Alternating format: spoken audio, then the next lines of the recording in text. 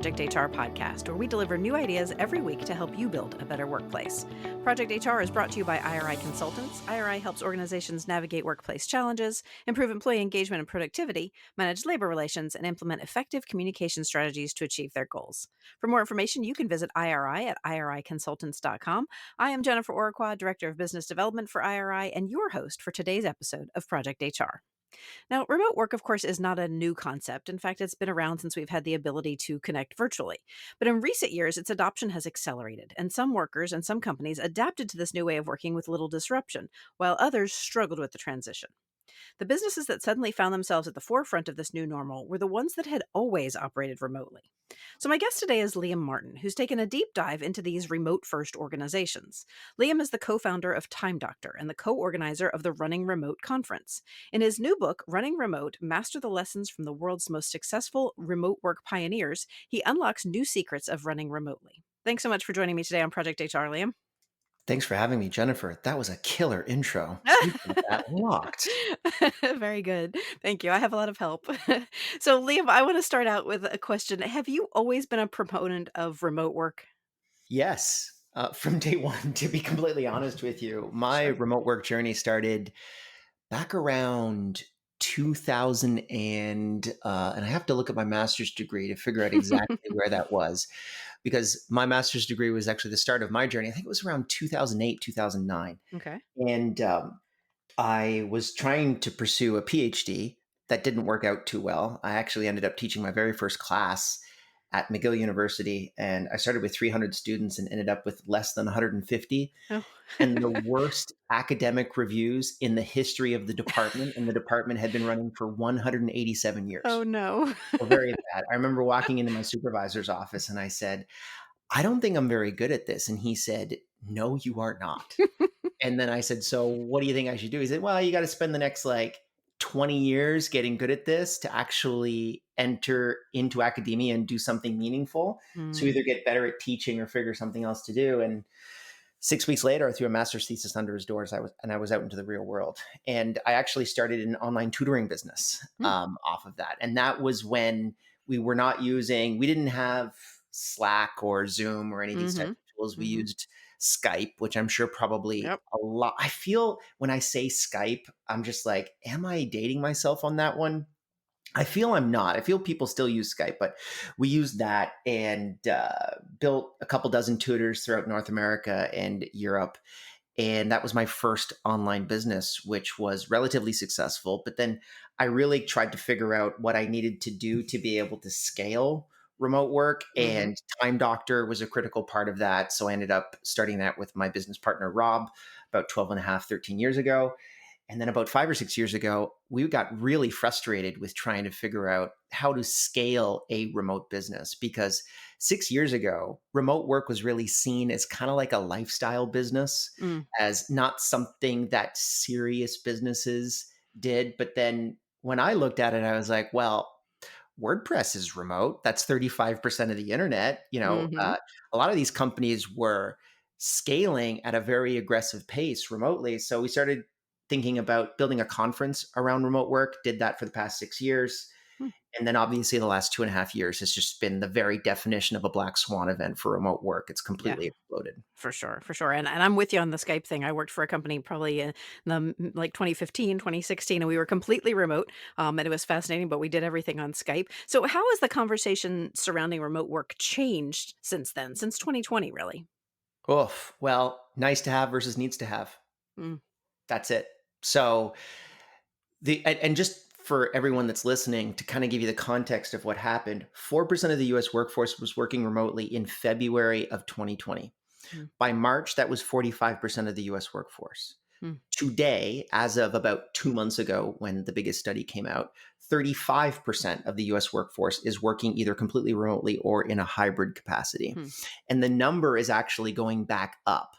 So we've hit the bottom, which was about 35%, and it's projected to be at 50% within the next 5 years. So if you're sitting and you're thinking to yourself, yeah, this remote work thing, it's just going to be a nice little trend that goes by and it was due to COVID and it's going to go away. No, right now it's about a third of all labor that works from a computer is currently working remotely, and it's projected to be one out of every two workers within the next 5 years. So people that don't understand how to manage that process need to learn it now to be ready for the new future of work. Interesting, and I know that a lot of people are actually looking for this in a position at this point where they're trying to find something that it actually is remote, and I love how your book is reinforcing this shift in the way that we talk about it.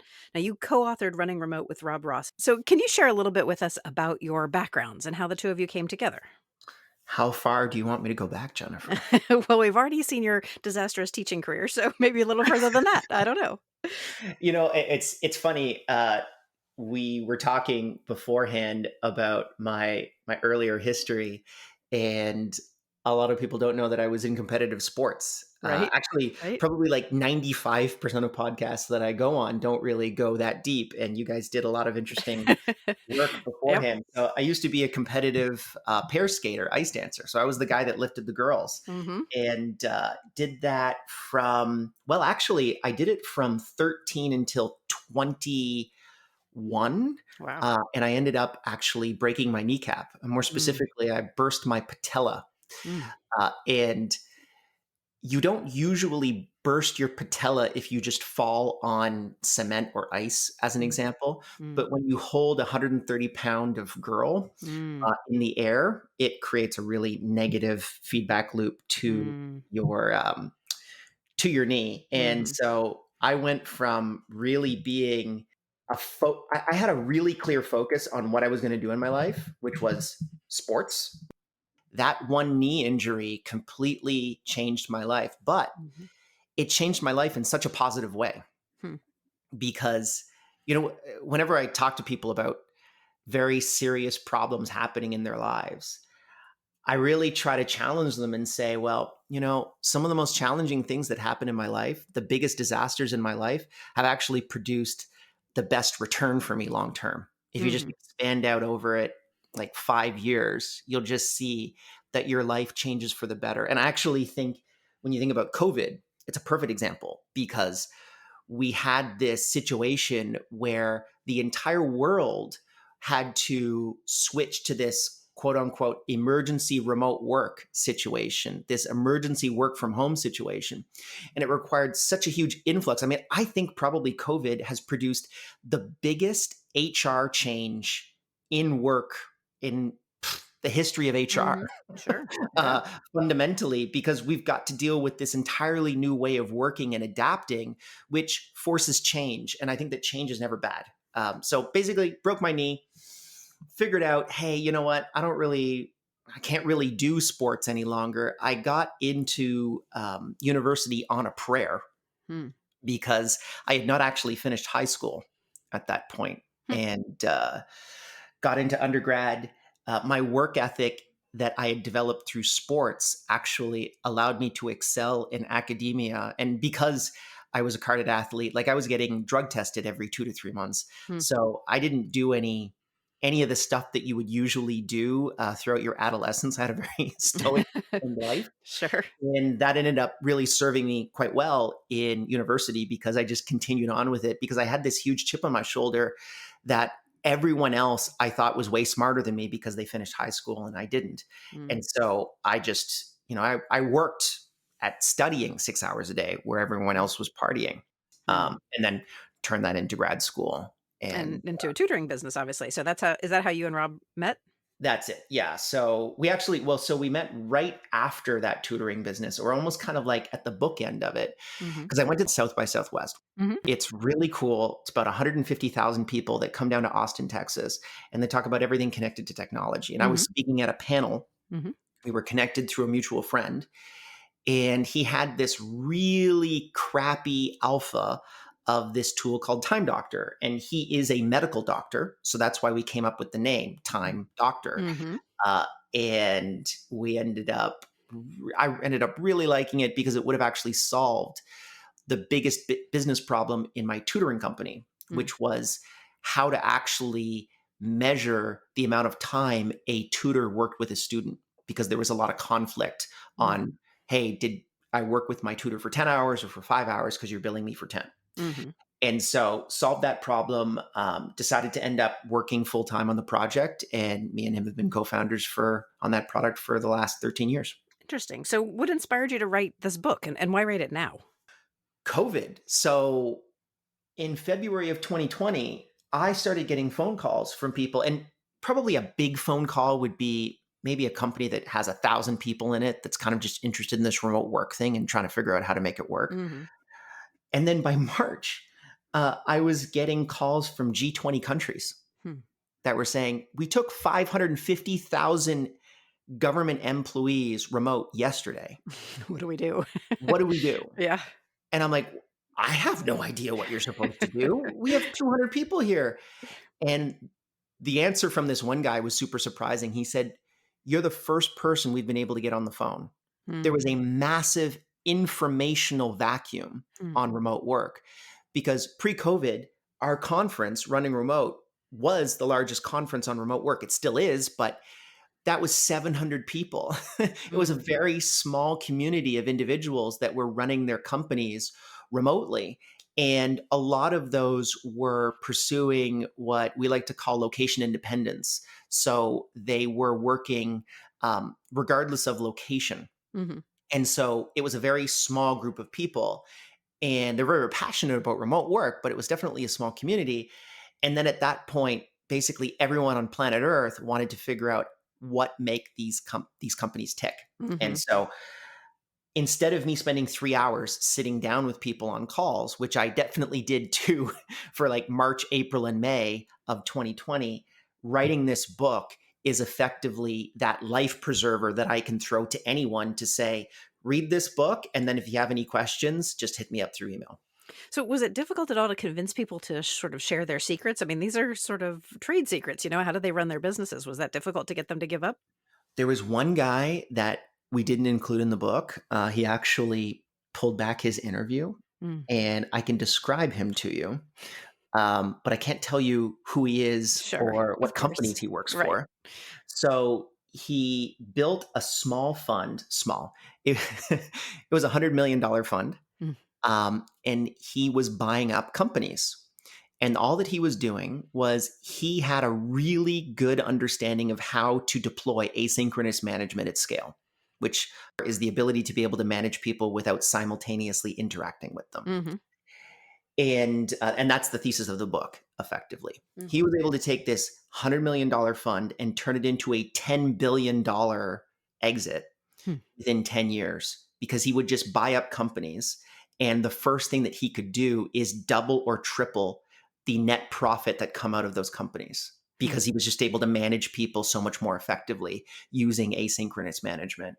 And the reason why he rescinded his interview was because he didn't want people to find out what he was doing because he was making god awful amounts of money at deploying this at scale. And that's actually what I would love everyone to be able to do is to Mhm. make god awful amounts of money Sure. to be able to deploy these types of companies at scale. Because there's a um, there's a guy at the beginning of the book, which is his name's Darren Murph, and he's the head of remote for a company called GitLab, which does about $20 billion a year, and completely asynchronous. They do not speak to anyone inside of the organization. I know that that sounds weird, but he said um, this is a horse and buggy versus Model T moment.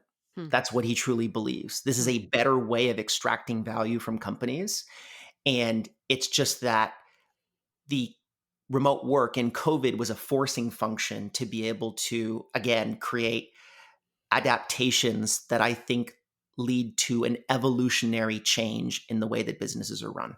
Interesting. So, how did you zero in on who you did want to include? Well, that was quite easy actually, because this remote first community that existed before COVID was very tight knit. So all that I did is I went and spoke to a lot of my friends that have already spoken at the Running Remote conference previously, that I knew had built companies that were remote and successful, and spoke specifically to them. I did not speak to anybody that was post COVID remote Hmm. because at least in my space, there were so many people that wanted to get on the remote work bandwagon. Mhm, mhm, I mean, so many experts, quote unquote experts, that would pop up saying, "Oh yeah, I'm such a great expert at working remotely. I'm amazing at this and I'm amazing at that." And then, I kind of find out that they haven't done any remote work and their consultancy hmm, is 3 months old. mhm. So there was a lot of that came out of the woodwork. So I just realized if you worked remotely before COVID, basically, if I knew you before COVID, you were legit, and I Mhm. wanted to be able to have you included in the book of the conference. So, what are the benefits of learning the secrets of these folks who were remote first and mastering these lessons? I think the biggest thing is time. You'll be Mm, able to get a lot of your time back. okay. I do so just this morning, I walked my daughter to daycare. Then I went and had a coffee with my wife at the coffee shop on the way back. After this call, I'm actually probably going to go pick up my daughter from daycare.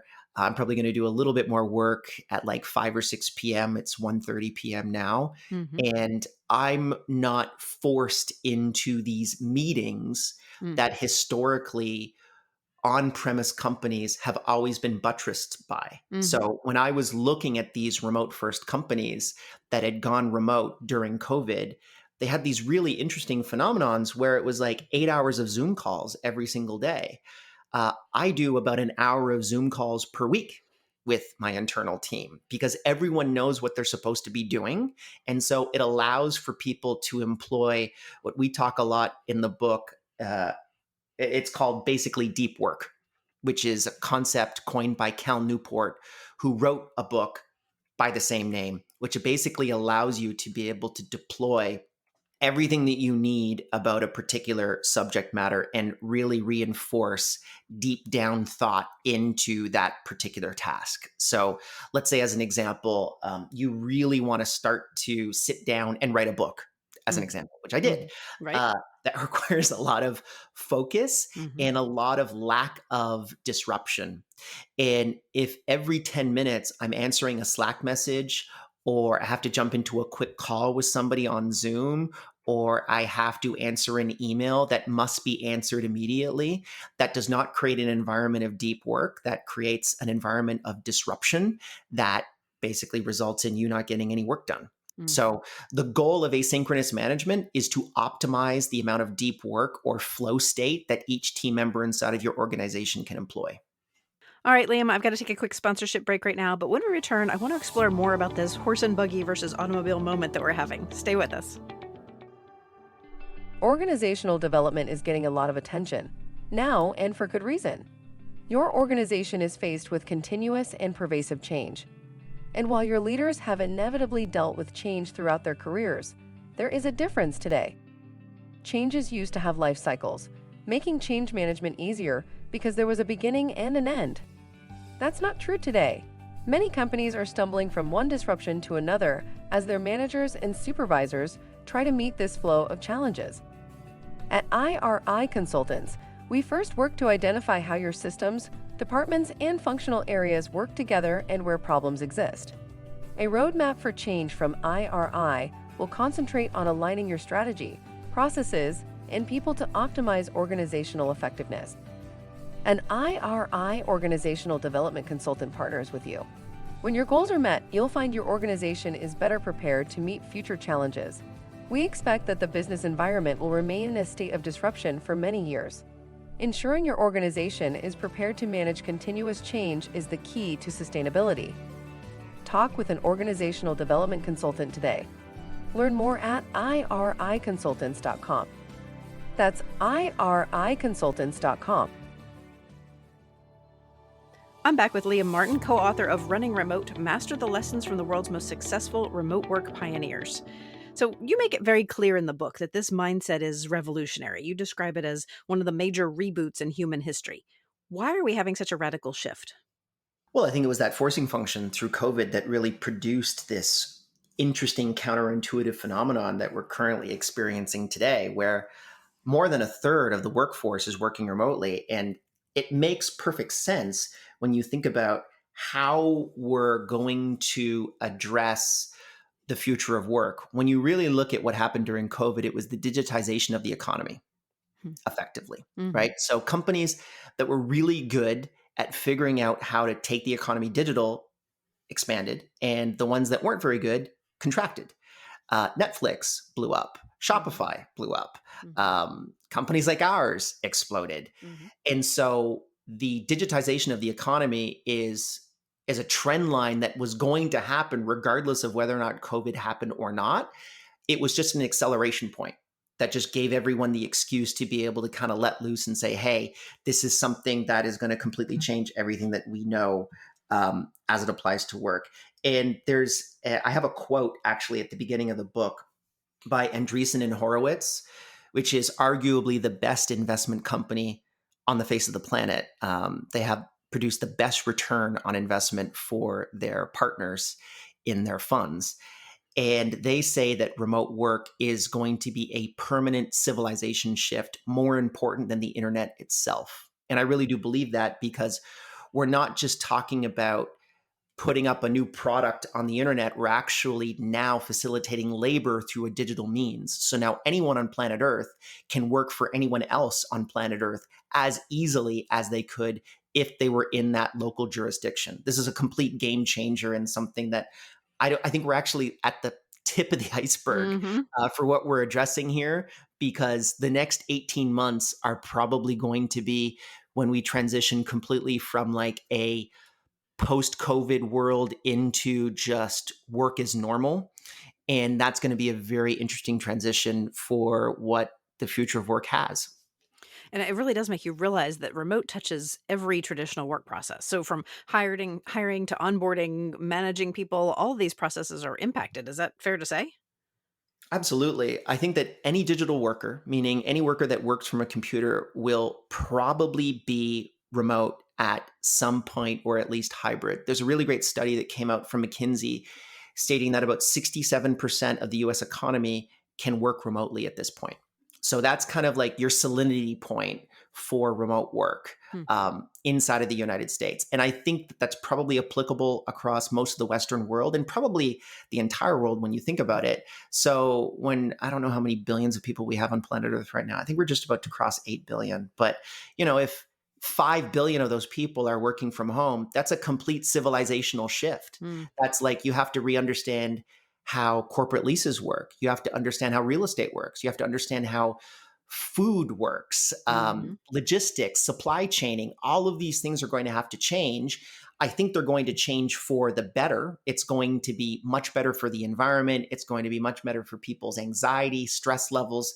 But you need to actually have the right things in place for us to achieve success. And you have to rethink about how to actually manage people. That was the Hmm. biggest aha moment that I had, which was when COVID happened. The vast majority of these managers said, oh, well, let's just recreate the office at home. It doesn't work like that. You actually have to think very differently. Hmm. So the remote pioneers that you interviewed in the book spill a lot of truths, a lot of stories, and their discoveries about the world of remote work. But they also drop what you referred to as some counterintuitive async bombs. Can you explain a little bit what that is and maybe share a few of them? Sure. I mean, some of the biggest ones that I love is cities. So cities will no longer be places to work. They will be places to live. And think about that for a moment, just to kind of have that sink in.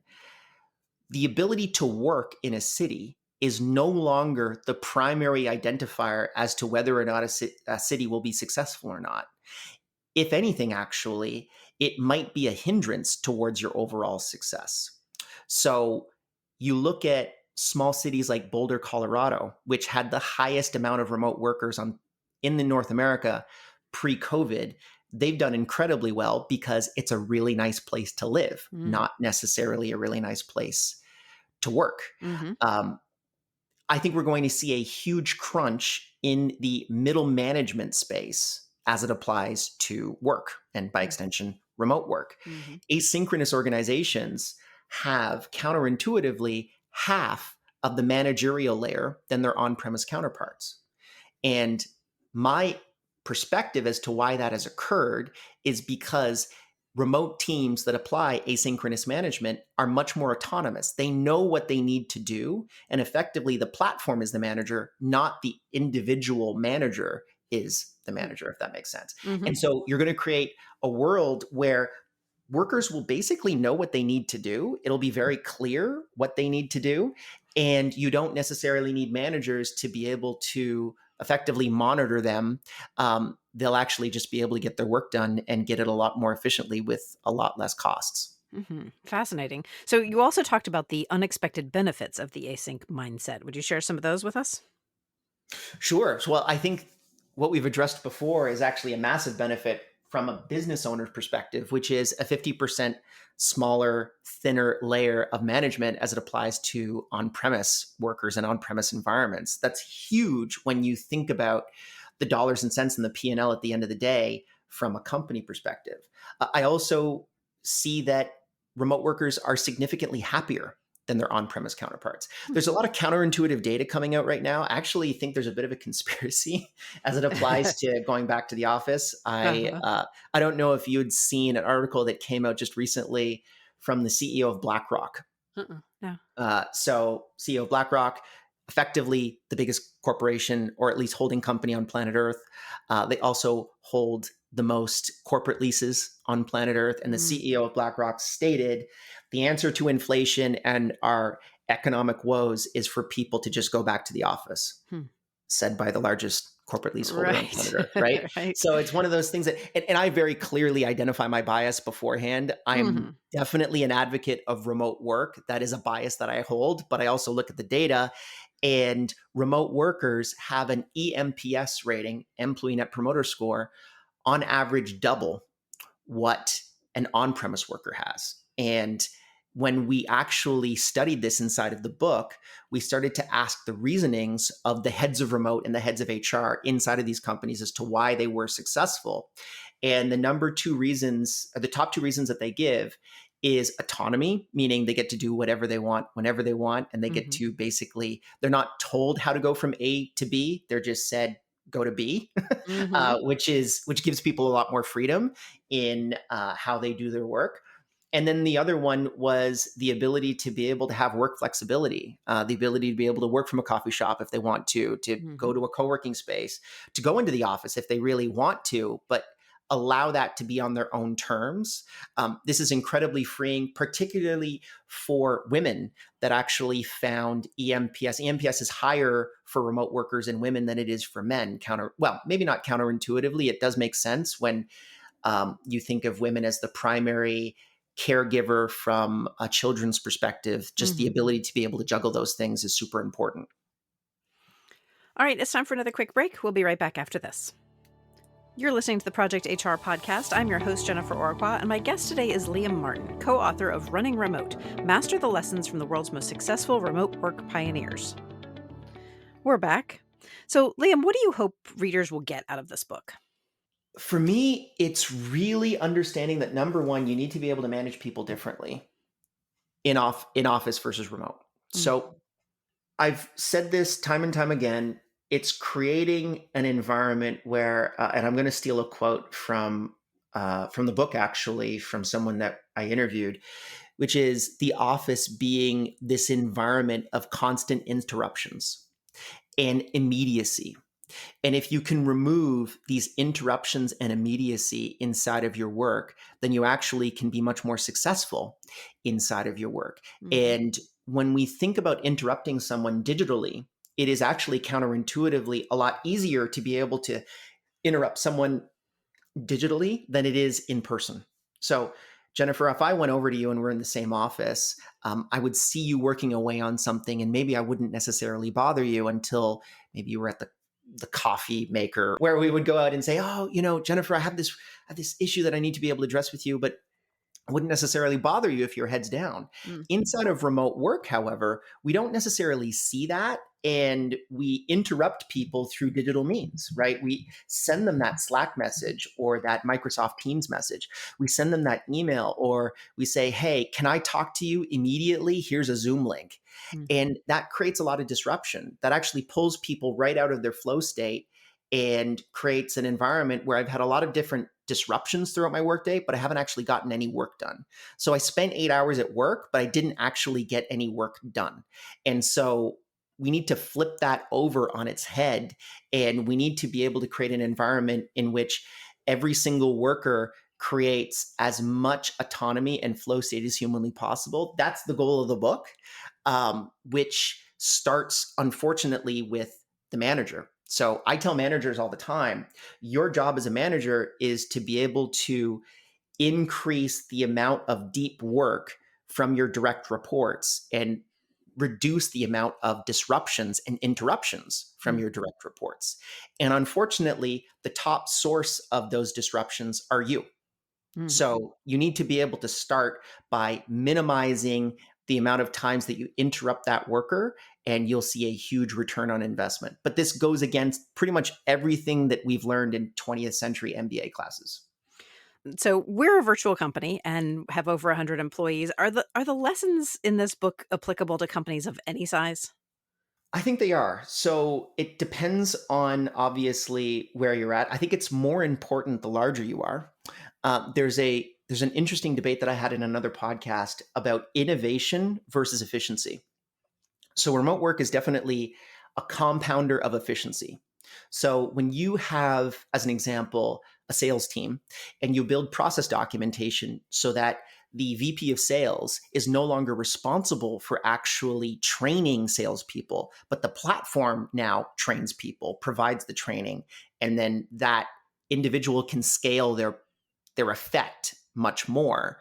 That creates a huge efficiency bump. But then there's the counterintuitive argument, or the counter argument to that, which is actually talking about individual workers in small companies and that aspect of innovation. And I think when you think about a company that's like less than 5 people, as an example, I don't know whether or not they should be completely remote. Maybe they should all be in the same room. I've always been remote, so that's been something that we've just kind of done from the beginning of who we are as a company. It sounds like that was Mhm. the same thing with Mhm. you guys as Mhm. well. Yep. But I just, if you were to take 1,000 companies, I wish I had this kind of experimental capability. But if I had 1,000 companies that started remotely and started in person, I think what you would see is an initial boost of innovation from the in person companies, the companies that are interacting face to face. And then I think as the companies scale, the remote companies would very quickly overtake them because process beats innovation Mm. basically 9 times out of 10. Mhm. Mhm. And we've mentioned Time Doctor a couple of times. Tell us a little bit more about that. Sure. So it's a time tracking tool for remote teams. And effectively, what it does is it pulls out all of your data from all your project management tools like Asana and Trello and Basecamp. And then it tells you specifically what you need to do and measures how long it takes for you to do it. So it can keep you accountable on terms of how much time you're spending. We also have a lot of stuff that allows HR professionals to be able to measure, hey, is this person burning out? Are they working on the weekends? Are they working late at night, as an example? There's a lot of indicators there that can basically make sure that your team members are not overloaded, because you can't really get that clarity, or that clarity can be acquired in different ways and more complicated ways, to be honest with you, when people work remotely. So it's good to be able to monitor all that data long term. Yeah, for sure. So, and you're also the co-founder of the Running Remote conference. Tell me a little bit more about that. Yeah, so we have built the largest conference on building and scaling remote teams. We're specifically built for founders and heads of remote, or heads of HR, that want to be able to scale remote and hybrid organizations, and not just build $100,000, $1 million companies, but build multi-billion-dollar companies. And we have speakers that have specifically done it. So if you want to learn those tactics, that's exactly what we teach at Running Remote. Perfect. So, if we want to learn more about you, about Time Doctor, about the Running Remote conference, or more about your book, where can I go? Best place to find out about the book is Amazon. And if you want to learn more about Running Remote, go to runningremote.com, and Time Doctor, timedoctor.com. And also, too, if you can't afford the book or Time Doctor, or a ticket to the conference, go to our YouTube channel, youtube.com/running remote. All of our talks are up there for free, because we believe that you should be able to give this information out for free. So that's a really great resource for anyone that wants to get started on remote work. I love that. I want to let everybody know that all of those links will be included in this episode's companion guide. So be sure to unlock that today at projectionsinc.com/podcast. Right now, though, Liam, it is time for our lightning round questions, and these are questions we ask of every guest of the podcast. Are you ready? I think I am. All right, so our first question is always a topic showdown. In this episode, we've been talking about embracing the async mindset. But as exciting as that is, my producer hasn't stopped thinking about your ice dancing past. So in your professional opinion, who is the superior ice dancing pair? Virtue and Moyer or Torval and Dean? Oh, I competed against the first pair, and I actually beat them once. That's my claim to fame. At I think they were like 13 years old and I was 20. So I'm going to go with the Canadians. I think that they're a very well-refined team, and they were trained by Marina Zueva, which is actually the claim to fame for all of those teams. At one Olympics, she owned first, third, fourth, and fifth in the Olympics. Very good. All right, next question. What is the best book you've read recently? Other than my own, which, I just reread Great by Choice. And it's the sequel to Good to Great by Jim Collins. Mm-hmm. It's a really great book at understanding how companies stay great. Mm-hmm. And they analyzed, I think it was 100 companies that have produced the highest return for their shareholders over a 25-year period. Wow, very good. All right, so next question. What is your favorite thing about the work that you do? I have been a proponent of remote work for almost 20 years. And everything that I possibly wanted to happen inside of remote work happened during COVID. So I am so excited that the world has adapted to this new normal of remote work being a significant slice of the future of work. So just telling people about it is what I love to do. I don't know if you can tell, but I'm very, very passionate about the subject. Absolutely. Yep. And this is the thing that I think, the single most important thing that I think we can do to be able to make employees happier in their lives is allow them to be able to work remotely. So I'm excited to try to activate as many of those people as possible. Love it. What is the best piece of advice you've ever been given? Be comfortable being uncomfortable. That's the best piece of advice. I like that one. All right, last question. Who or what inspires you? I love people that are doing crazy stuff. I just ended up speaking at a conference about a week and a half ago where there was this man who had sold his company in a bootstrapped capacity, meaning he got no outside capital, and he sold it for $12 billion. He actually is half remote. And that's so incredibly inspiring to me to be able to see these companies that are doing positive things for the world and are doing them at a scale that's never been achieved before. And when I see those types of things happen, I get so incredibly inspired on that end. And then on the opposite side, actually, we did a short about 3 or 4 years ago with a man named Fahim. And Fahim lived in Dhaka in Bangladesh. And he went from literally selling carpets in the streets to getting enough money to be able to get a computer and internet credits and self-teaching himself to become a top 10 designer on Upwork and on Freelancer and on Fiverr. And he completely changed his life. And the thing that people don't know about Fahim, and he doesn't say it in any of his social media, he doesn't have it on any of his profiles, is that he has muscular dystrophy. He can only move his hand. No one would hire this man in any office environment ever. And regardless of how inclusive you think you are, if a graphics designer showed up in a wheelchair that could only move his hand, you would not hire him. And I love that remote work removes that wrapper, removes that bias that people have so that the work and the person can be disconnected. That is truly inspiring, for sure. Thank you so much for joining me today on this week's episode of Project HR, Liam. Thanks for having me. I also want to thank our listeners. Don't forget that we took great notes on this episode for you. You can grab those notes for free at projectionsinc.com/podcast. If you're ready for your Project HR debut, our team is always looking for outstanding guests. Let us know about your expertise at projecthr@iriconsultants.com. Don't forget to subscribe to Project HR. A new episode drops every Thursday. Finally, drop me a line, leave us a review, or give the show a handful of stars wherever you get your content.